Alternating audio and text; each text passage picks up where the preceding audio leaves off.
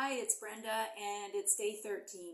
Now, this is an interesting day for some of you who have been diagnosed with a mental health issue. You may find day 13 a bit too much and one that you want to skip over.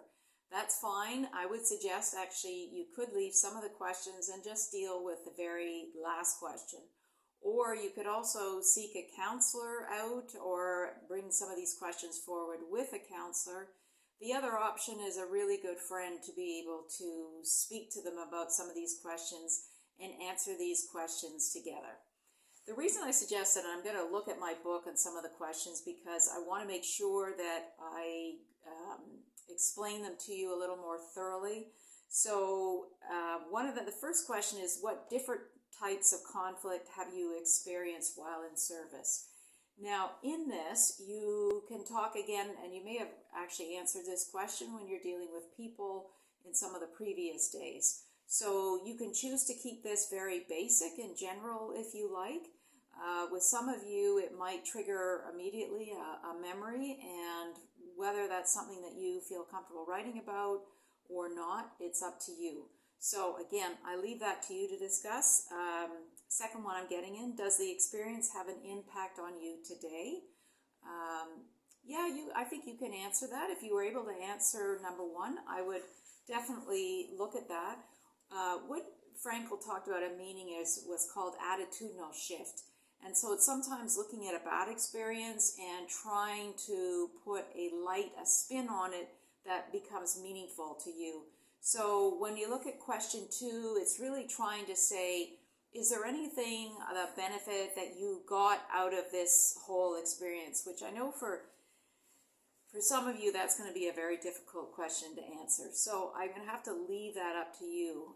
But this day is trying to look at some of those conflicts and trying to see if we can get a bit of a attitudinal shift on that. So the next question is, was the decision or experience in or out of your realm of control? So this becomes interesting because if it's uncontrollable, it's something, again, you could speak to a counselor about, but it is something that you will have negative experiences about, but is there a way to turn that around in some form? So maybe how you handle this uncontrollable situation is something for you to take forward. You may have handled it extremely well, or you may have handled it as well as you could, which again, that is also extremely well. It's really difficult without knowing the situation and what you may write down in all of this. That makes it hard for me to give some kind of feedback. I'm looking at this again. The other one I've mentioned in here is peer support groups. I can't say enough positive things about a lot of peer support groups. I know that if you are with one for a very long time, sometimes it loses its value. But certainly at the beginning, if you have a lot that you need to get out of your system, peer support groups can be really wonderful for that. So we carry on with some more questions, but I want to get right to the very end because we end with a question that's more on the positive. So overall, what memories of your service stand out for you today?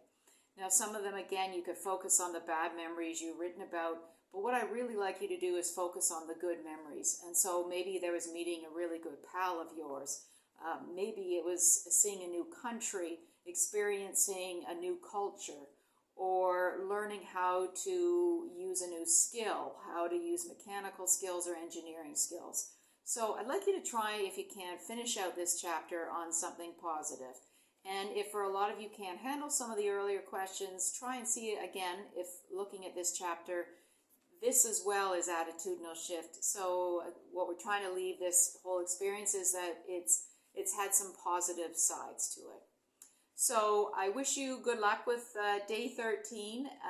It gets a little easier as we move along, but this is the toughest day. So see you tomorrow.